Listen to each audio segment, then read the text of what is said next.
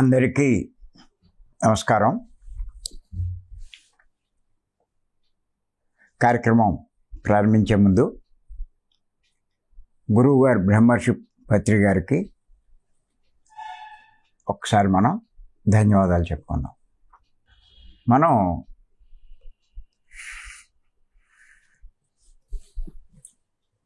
గౌతమ బుద్ధుని బోధల గురించి చెప్పుకుంటున్నాం.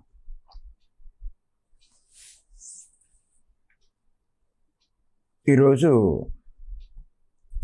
4వ ఎపిసోడ్.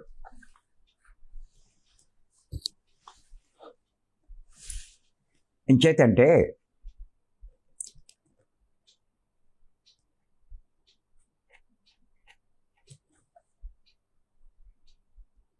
గౌతమ బుద్ధుని బోధలు చాలా చాలా ముఖ్యమైనవి.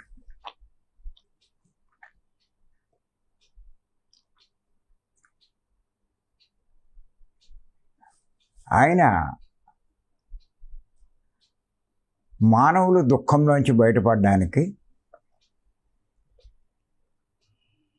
సంసారాన్ని, రాజ్యాన్ని,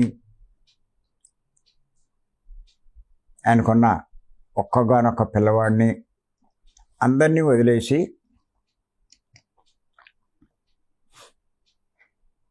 మరి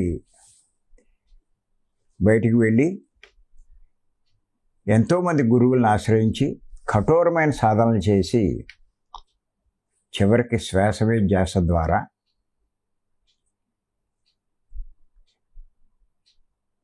పూర్ణ జ్ఞానాన్ని ఆయన పొందగలిగాడు. ఆయన చేసిన ధ్యానానికి ఆయన అతీంద్రియ శక్తులు కూడా సంపాదించుకున్నాడు.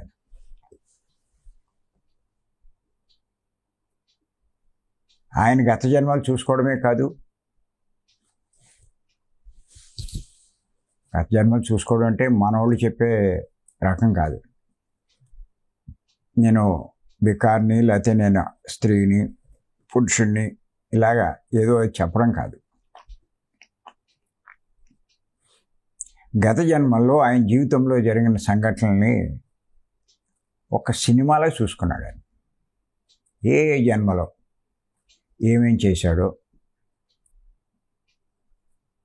తర్వాత జన్మల్లో వాటి ఫలితం ఎలా పొందాడో, ఎలా అనుభవించాడో ఇవన్నీ చూసుకున్నాడు. ఆయన తనవే కాదు అందరికీ చూశాడు. ఆయన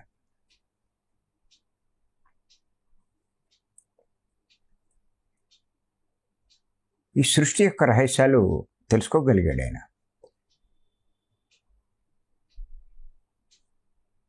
ఓహో, ఇప్పుడు మనం చేసే కర్మలు భవిష్యత్తులో మనకి ఎంతో దుఃఖాన్ని తెచ్చి పెడతాయన్న సంగతి తెలుసుకున్నాడు.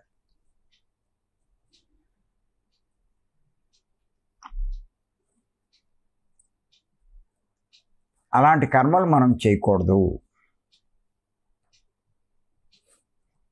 అలాంటి పాపాలు మనం చేయకూడదు. దుఃఖం రాకూడదు అంటే అలాంటి పాపాలు మనం చేయకూడదు అని చెప్పి ఆయన తెలుసుకుని, తనయే కాదు అందరికీ తెలుసుకున్న వలన, సృష్టిలో మొత్తం గ్రహించిన వలన ఆ విషయాలన్నిటినీ అందరికీ బోధించడం మొదలెట్టాడు. కానీ మనం గ్రహించవలసింది ఏంటంటే,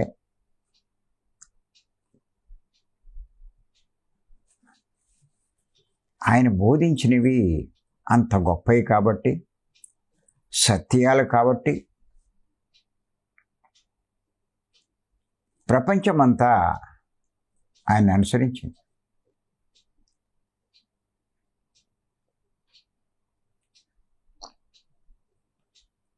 ఆయనకి పాదాక్రాంతం అయిపోయారు. ఆచరించడం మొదలెట్టారు. జీవితంలో మార్పు తెచ్చుకున్నారు. ఆనందంగా జీవించడం మొదలెట్టారు.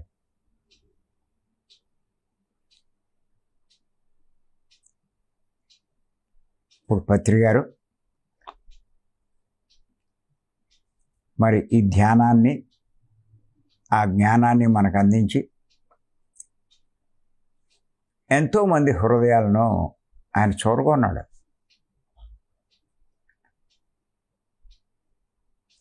ఎంతోమంది ఆయన్ని అనుసరించడం, ఆయన మాటలు ఆచరించడం అవన్నీ చేశారు పత్రి గారిది.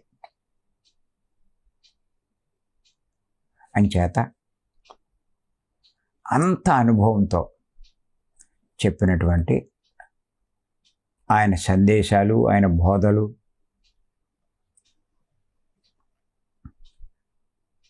ప్రతి ఒక్కరికి ఆచరణీయం. మీ జీవితం బాగుండాలన్నా, మీ భవిష్యత్తులో గొప్ప మార్పులు రావాలన్నా, మీ దుఃఖాన్ని తొలగించుకోవాలన్నా అలాంటి గొప్పవారి మాటలు వినడం అన్నది, ఆచరించడం అన్నది చాలా చాలా అవసరం.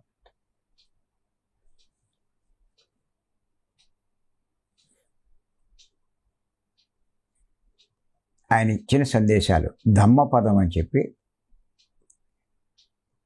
వచ్చినాయి. వాటి గురించి ఇప్పుడు మనం తెలుసుకుంటున్నాం.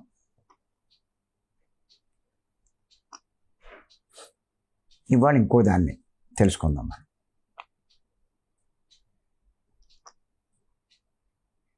ఆయన ఇచ్చిన ఇంకొక సందేశం ఏంటంటే, రాసుకొని చెప్తాను. ఇనుముకు పట్టిన తుప్పు ఇనుమునే తినేస్తుంది.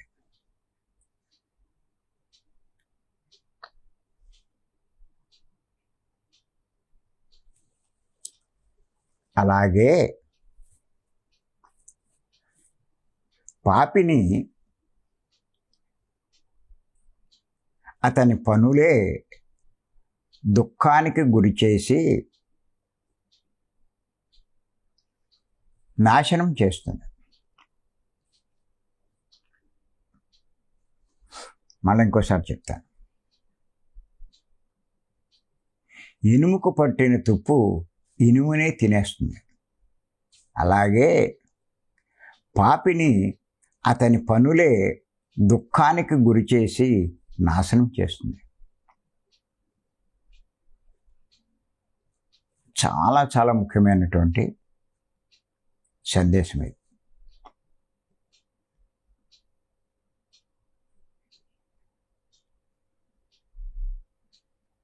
చూడండి, ఇనుముకు తుప్పు పడితే అది ఎవరికీ నష్టం లేదు, ఆ ఇనుముకే నష్టం.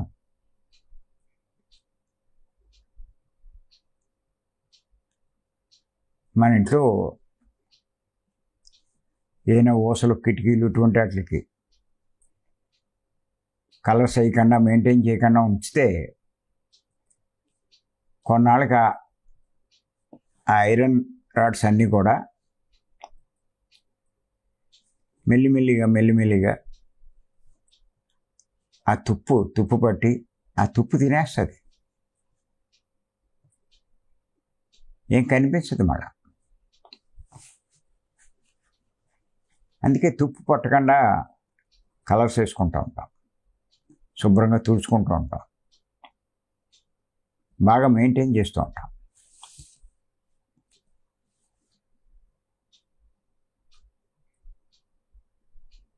ఇంకోటి వచ్చి దాన్ని నాశనం చేయదు, దాన్ని అదే నాశనం చేసుకుంటుంది. చాలా విచిత్రం చూడండి. అలాగే పాపిని అతని పనులే దుఃఖానికి గురి చేసి నాశనం చేస్తున్నాను.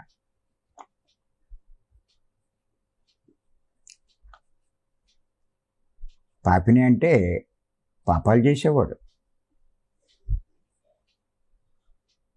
అతని పనులు అవ్వచ్చు, అతని మాటలు అవ్వచ్చు.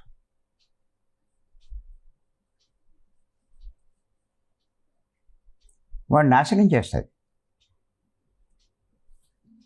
అంతులేని దుఃఖానికి లోనవుతాడు, ఎంతో నష్టపోతాడు.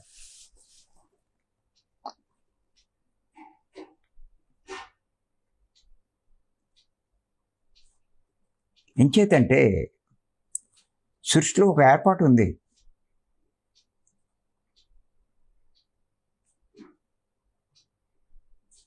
ఎవరు చేసిన కర్మల ఫలితం వాడే అనుభవించాలని, అనుభవిస్తాడని చెప్పి.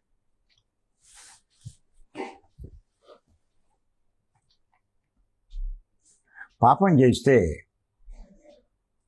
దుఃఖం అనిపించాలి, పుణ్యం చేస్తే భోగం అనిపిస్తాడు.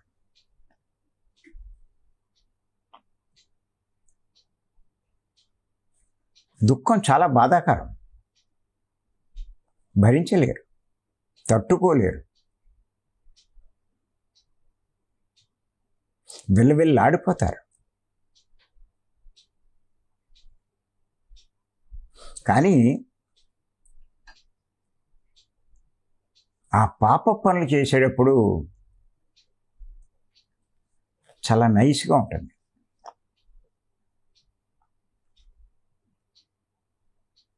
చాలా సుఖంగా అనిపిస్తుంది.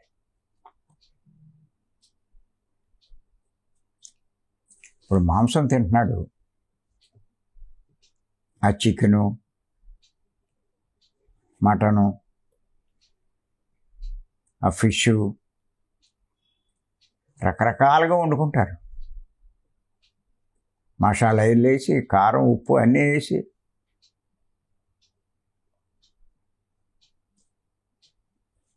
ఎంత టేస్టీగా తయారు చేస్తారో.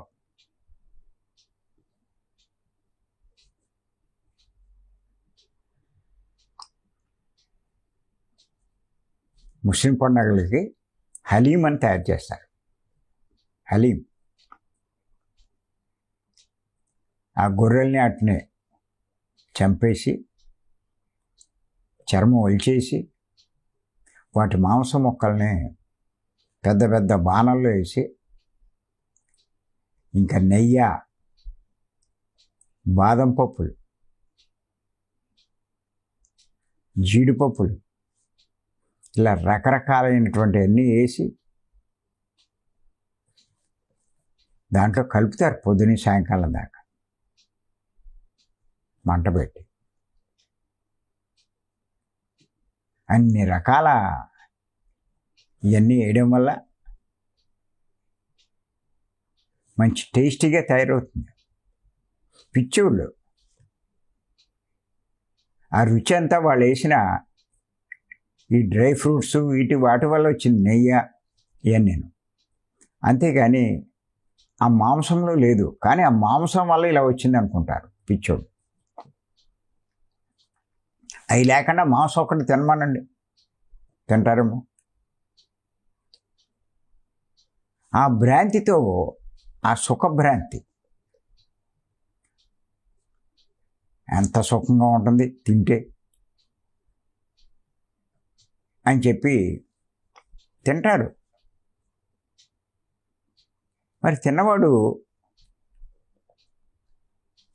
ఆ జీవిని హింసించిన పాపానికి కారకుడవుతాడు. వీడు తినడం వల్లే వాడు చంపాడు. బుద్ధుడే చెప్పాడు, పాపం చేసేటప్పుడు సుఖభ్రాంతి ఉంటుంది, కానీ ఆ పాప ఫలితం అనుభవించేటప్పుడు జీవితం దుర్భరం అవుతుంది.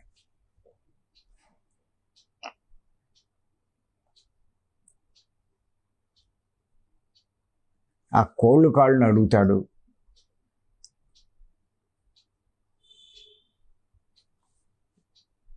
ఆ గొర్రెల కాళ్ళను అడుగుతాడు. ఆ పాప ఫలితం ఏమవుతుందంటే ఈ యాక్సిడెంట్లు ఇటు కాళ్ళిపోతాయి.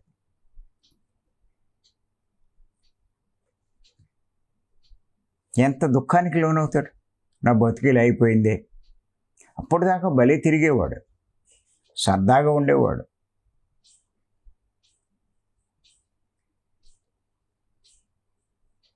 ఇప్పుడు తిరగడానికి లేదు, ఏం చేయాలన్నా ఇబ్బందే.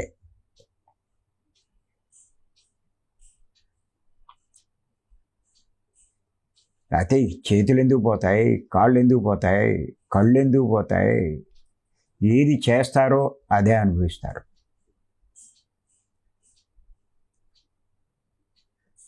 చివరికి ఏమనుకుంటాడు? నా జీవితం దండిగా అనుకుంటాడు. అదే చెప్తున్నాడు ఆయన.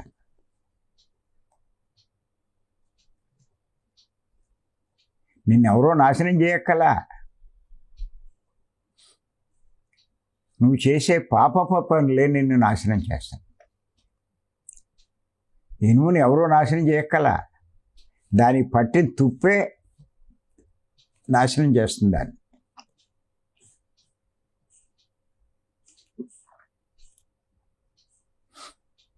అలాగే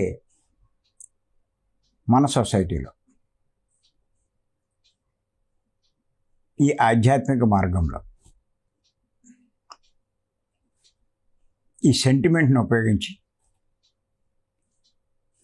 మాయ మాటలు చెప్పి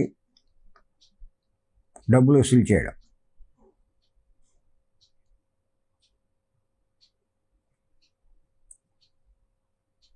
పిరమిడ్లు కడుతున్నామంటారు, క్లాసులు పెడుతున్నామంటారు.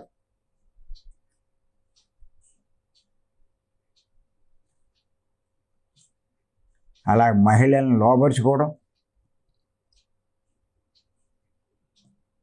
ఇంకా కొంతమంది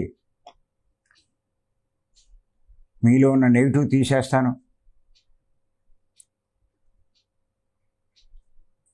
అని మాయమాటలు చెప్పి వాళ్ళ దగ్గర డబ్బులై తీసుకుని వాళ్ళ బలహీనతల్ని, అమాయకత్వాన్ని మీరు క్యాష్ చేసుకుంటారు. ఈ మార్గంలోకి వచ్చి కూడా ఇవన్నీ పాపాలు, దీనివల్ల మనం ఎంతో నష్టపోతాం అన్న విషయం వాళ్ళకి తెలీదు. ఎందుకు తెలీదో కూడా నాకు ఆశ్చర్యం వేస్తుంది. ఈ మార్గంలోకి రాని వాళ్ళకి, ఈ కర్మ సిద్ధాంతం అన్నీ తెలియని వాళ్ళకి అలాంటి పనులు చేశారంటే చెయ్యొచ్చు, అది తెలియదు కాబట్టి. తెలుసుకున్న వాళ్ళు కూడా, నిత్యం వింటున్న వాళ్ళు కూడా ఏ పనులు చేస్తారు? వాళ్ళ నాశనాన్ని వాళ్ళే కొని తెచ్చుకుంటారు. బుద్ధుడు చెప్పాడు కదా, పాపం చేసేటప్పుడు సుఖభ్రాంతి ఉంటుంది. ఆ డబ్బులు వస్తూ ఉంటే చక్కగా ఖర్చు పెట్టుకోవచ్చు సొంతానికి.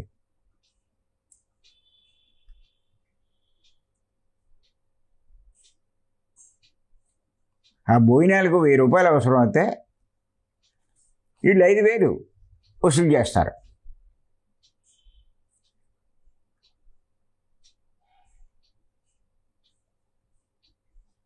ఆ డబ్బుని చక్కగా ఎంజాయ్ చేస్తారు. ఆ రుచి మరిగేసి మానరు. ఇంకా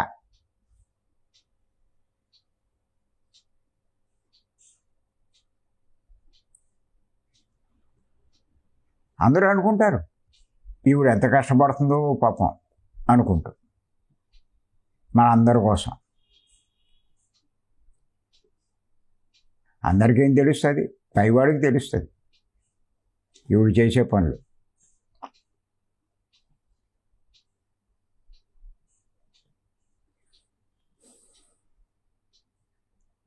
అలా పిరమిడ్ల విషయంలో ఎంతోమంది మోసం చేసిన వాళ్ళు ఉన్నారు.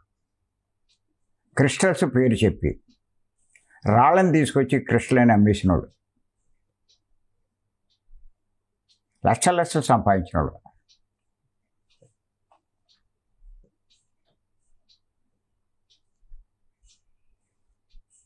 పుస్తకాలు, పనికిరాని పుస్తకాలన్నీ అమ్మేసి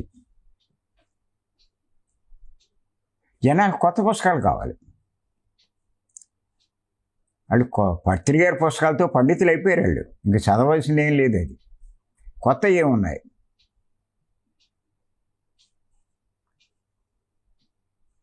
వాళ్ళు ఆచరించడం ఏమి ఉండదు, చదవడమే కావాలి.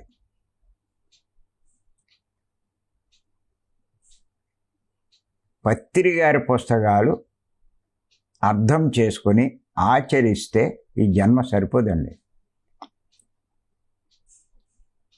పుస్తకాలన్నీ చదవక్కర్లేదు, కొన్ని విషయాలు తెలుసుకుంటే చాలా, అందులో లైఫ్ సరిపోదు.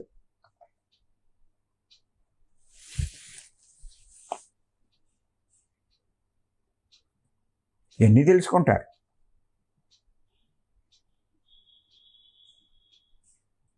తెలుసుకోవడం ముఖ్యం కాదు, ఆచరించడం ముఖ్యం.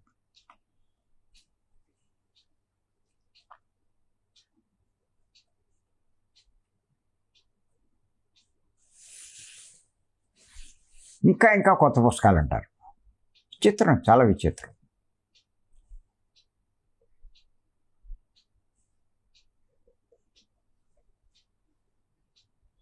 వీళ్ళ యొక్క బలహీనత చూసి పుస్తకాల మీద సంపాదించేవాళ్ళు అక్కలేని అడ్డమైన అన్నీ తీసుకొచ్చి పెడతారు అక్కడ. బజార్లోకి వెళ్తే లక్షలు కాదు, కోట్ల రకాల పుస్తకాలు ఉన్నాయి.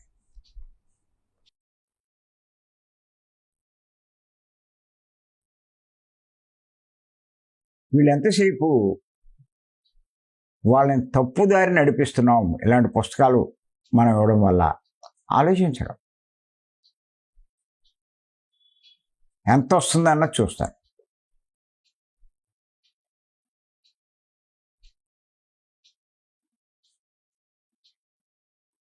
అందులో లాభం కూడా ఎక్కువ వస్తుంది.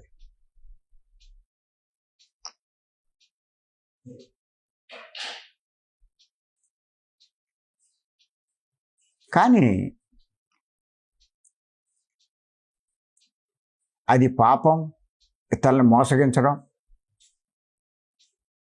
ఇతరుల్ని నష్టపరిచి మనం లాభం పొందడం అన్నది సృష్టి విరుద్ధం.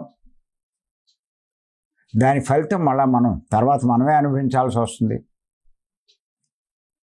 ఇంత పెద్ద మాస్టర్లు కూడా గ్రహించలేరు.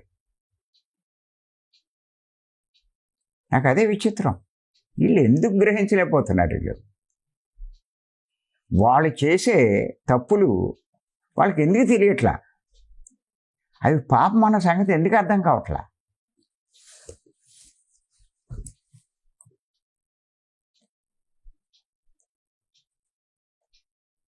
మీరు గమనించినట్లయితే ఈ సొసైటీలో పుస్తకాల మీద బతికే వాళ్ళు ఎంతోమంది అదృశ్యమైపోయారు.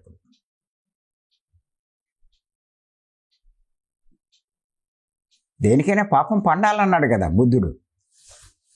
పాపం పండేదాకా నాకేమవదు, నేను చేసేది రైటే అనుకుంటారు. పాపం పండాలి. పాపం చేసేటప్పుడు సుఖభ్రాంతి ఉంటుంది. ఆ పాప ఫలితం అనుభవించేటప్పుడు జీవితం కడు దుర్భరంగా ఉంటుంది.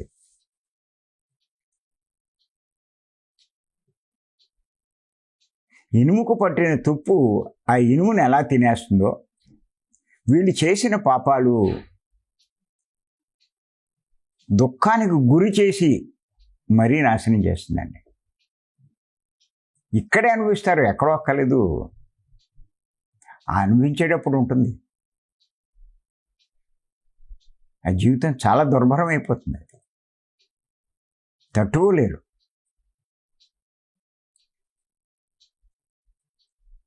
పత్రికలు అందుకే అంటారు, ఎవరేం చేసినా సరే ప్రకృతి చూసుకుంటుందిలే అంటారు. అంటే ప్రకృతిలో ఉన్న ఏర్పాటు బట్టి వాడు చేసిన దానికి ఎప్పుడు ఎలా అనుభవించాలో అలా అనుభవిస్తాడు. మళ్ళా నేనెందుకు వాడికి గట్టిగా చెప్పడం అని తిట్టడం అని చెప్పి ఎవరిని ఏమనరు. నాకు చేయాలని ఉంది, చెయ్యి, నీకే అనుభవం వస్తుంది. నీకు అనుభవం వస్తే కానీ నేను చెప్పిన నువ్వు వినవు, నీకు తెలీదు, అదే రేట్ అనుకుంటావు.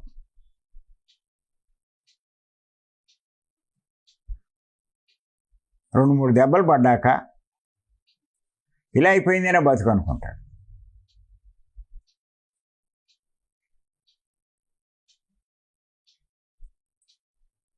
పత్రి గారు ధ్యానం చేస్తే శక్తి వస్తుందని మనకు చెప్పారు.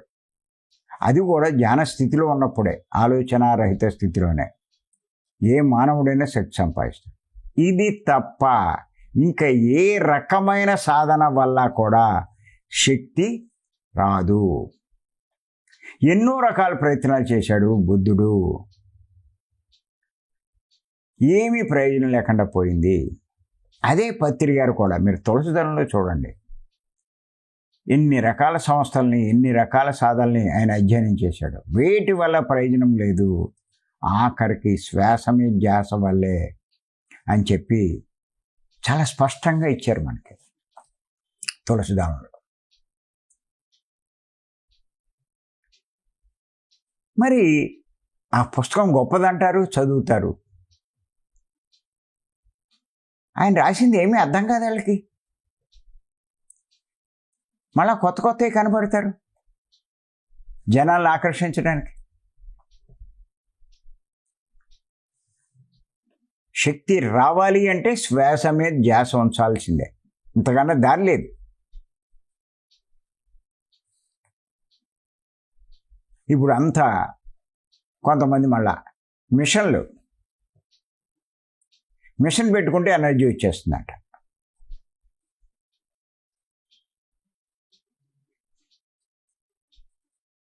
మోషన్ ఇచ్చే మిషన్లు కూడా తయారవుతాయి తర్వాత, పిచ్చోళ్ళు ఉంటాయి.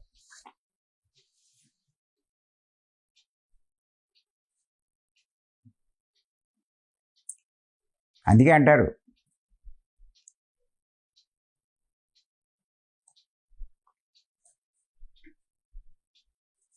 వినేవాడు మూర్ఖుడు అవుతే చెప్పేవాడు వేదాంత అయిపోతాడు.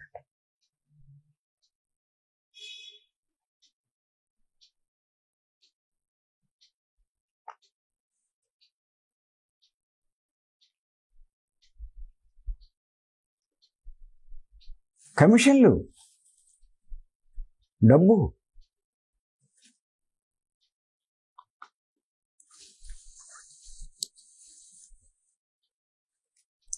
రెండు లక్షలకి 1,00,000 వస్తుంది కమిషన్. అది 5,000 కూడా ఉండదు మిషన్, 1,000 రూపాయలు ఎంతో ఉంటుంది.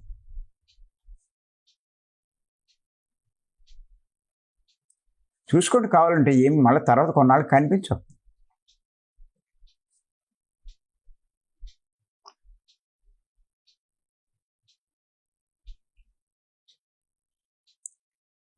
ఇప్పుడు మెరకోబా పిరమిడ్ అంటున్నారు, మీరు చూడండి. పిరమిడ్ అంటే కోణం పైకి ఉంటుంది, ఇలాగా పైకి ఉంటుంది ఇలాగా. ఆ కోణంలోంచి ఎనర్జీ కిందకు వస్తుంది అంటారు. కింద కూర్చున్న వాళ్ళకి ఆ ఎనర్జీ, ఆ ధ్యానం చేసిన వాళ్ళకి, ఆ స్థితిలోకి వెళ్ళిన వాళ్ళకి ఆ ఎక్కువ ఎనర్జీ తీసుకోగలుగుతారు. అది దాని ప్రాసెస్. మెర్కోబా అని ఇలా తిరగేసి పెట్టారు,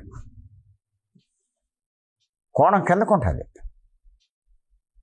దాంట్లోనే ఇది పెట్టి 1,000-2,000 ఉండేదాన్ని 15,000, 20,000, 25,000, 30,000 అమ్ముతున్నారు. ఆ పేరు చాలా బాగుంది, మెర్కోబా పిరమిడ్.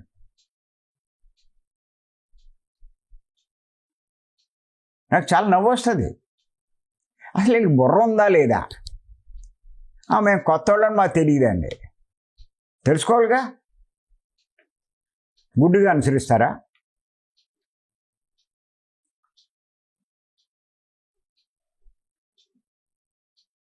ఓ పిరమిడ్ ఇలా పైకి ఉంటుంది, ఇంకో పిరమిడ్ ఇలా కిందకు ఉంటుంది. ఇప్పుడు ఆ మెర్కోబా పిరమిడ్లో ఏమవుతుందంటే, ఇలా ఉండడం వల్ల ఆ పైనుంచి ఎనర్జీ వస్తుంది.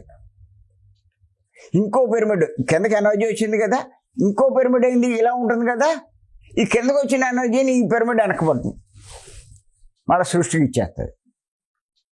అది ఇంత చేసి దాని కింద కూర్చున్నోడికి ఎనర్జీ ఉండదు.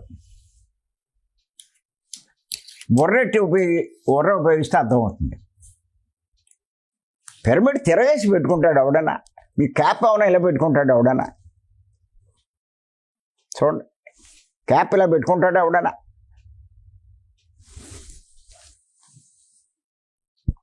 ఆలోచిస్తే అర్థమవుతుంది బుర్ర ఉంటే. అందుకే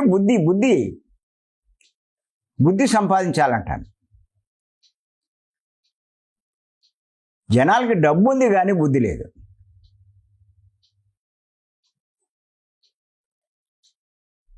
ఏమో అడవుడితో చెప్పాడు,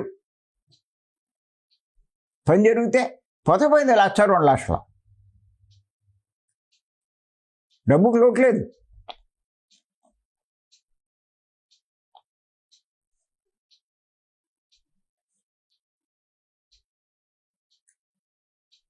ఈ ఆధ్యాత్మిక మార్గంలో పాపాలంటే క్రాప్ సర్కిల్స్. ఓ టైంలో అది పెద్ద క్రేజు, ఇప్పుడేం లేదు, అయిపోయింది దాని పని. ఓ బొమ్మ తెచ్చి అది ముడ్డు కింద ఎట్టుకుని కూర్చుంటే జబ్బులన్నీ తగ్గిపోతాయంట, ఎనర్జీ వచ్చేస్తుందంట.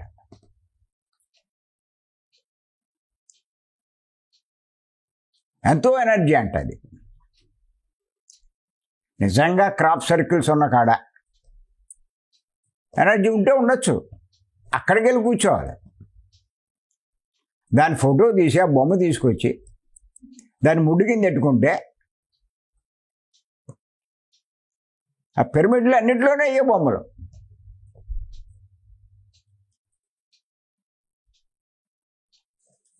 వీళ్ళు బుర్రలు ఎంతవరకు పనిచేస్తున్నా నాకు అర్థం కాదు.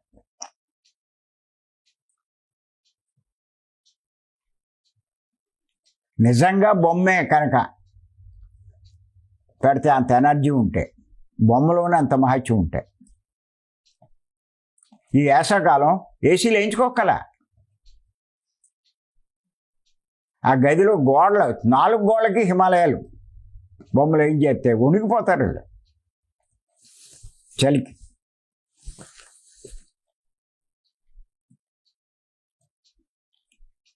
పిచ్చోళ్ళు అనుకోవాలి.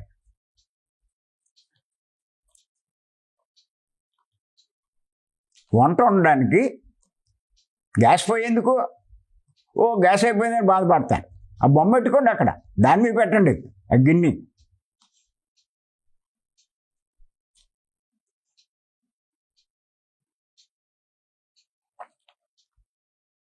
₹10 ఉండేది ఎప్పుడు పోస్టర్, 50 100 తక్కువనేసేవారు పిచ్చోడు.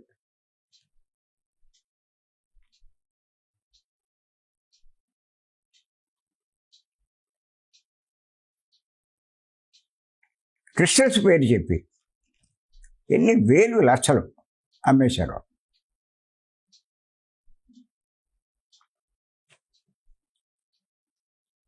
అవి రాళ్ళు కలర్ స్టోన్స్ అంటారు.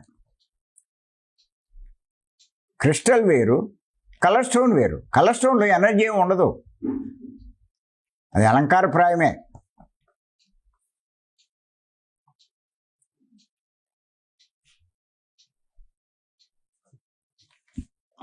కొంతమంది నేను గుజరాత్ వెళ్ళాను అక్కడి నుంచి తెచ్చానంటాడు, ఒక గాజు మొక్కని తెస్తాడు,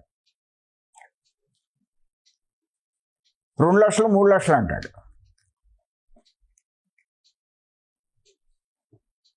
అదే క్రిస్టల్ అనుకుంటారు వీళ్ళు. నాకు నవ్వు వస్తుంది. అసలు క్రిస్టల్ ఎందుకు, దాని పర్పస్ ఏంటి పిరమిడ్లో? అవి ఆలోచించరు. క్రిస్టల్లోనే ఎనర్జీ ఉంది అనుకుంటారు. ఎంత పెద్ద క్రిస్టల్ పెడితే అంత ఎనర్జీ అనుకుంటారు. ఓ సందర్భంగా చెప్పారు పత్రిక, పిరమిడ్లో క్రిస్టల్ యొక్క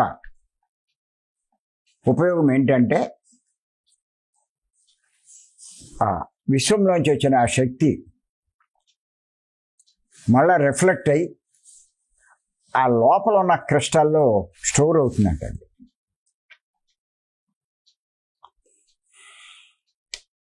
మళ్ళా అది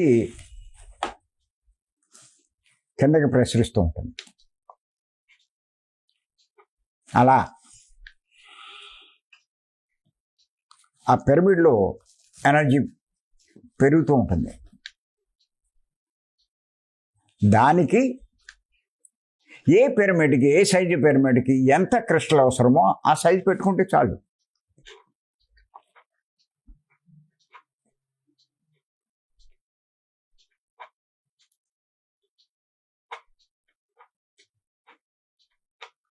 ఈ 10 పిరమిడ్లు గోళికే ఇంత క్రిస్టల్ సరిపోద్ది. ఒరిజినల్ పెట్టుకోవాలి. ఓ 20, 30 అవుతే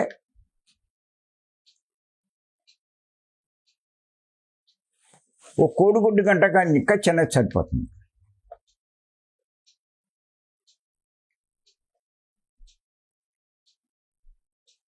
అసలు క్రిస్టల్ ఎందుకు పెడతారు?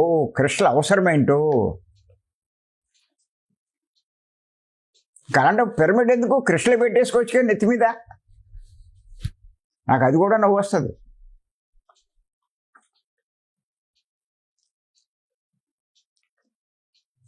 వీళ్ళని పిచ్చోళ్ళు చేయడానికి అది తెచ్చి వీడి చేతిలో పెట్టి ఆ చేతితో పట్టుకో, అలా కూర్చో, చూడు ఎలా లాగేస్తూ ఉంటుందో నీకు అంటాడు. వీడు ఆ ఫీలింగ్లో ఉంటాడు. అవును లాగేసింది అంటాడు. ఏం లాగేస్తుంది?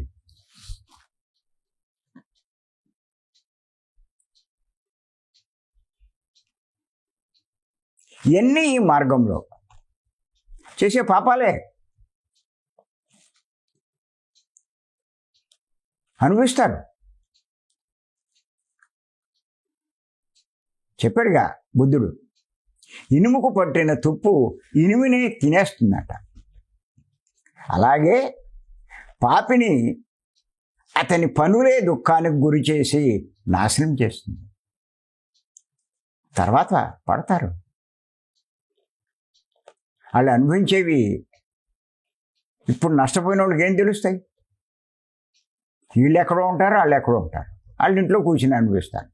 రోగోశ్వరుడు బయటకు వస్తాడా? బాగున్నప్పుడు బయటకు వస్తాడు. వాడు బయటికి రాలేదు కాబట్టి బాగున్నట్ట.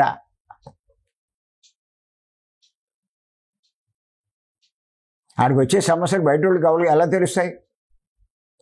డ్రెస్ వేసుకుని నీట్గా బయటకు వస్తాడు.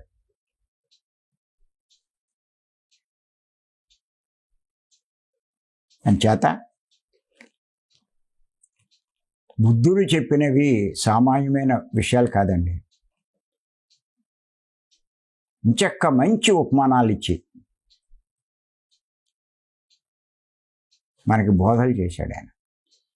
ఉపమానాలతో ఇనుముకు పట్టిన తుప్పు ఇనుమునే తినేస్తుంది. మనకి అర్థమయ్యేటట్టు ఎంత క్లియర్గా చెప్పాడు ఆయన. అలాగే పాపిని అతని పనులే దుఃఖానికి గురి చేసి చివరికి నాశనం చేస్తుందండి. మరి అర్థం చేసుకోండి.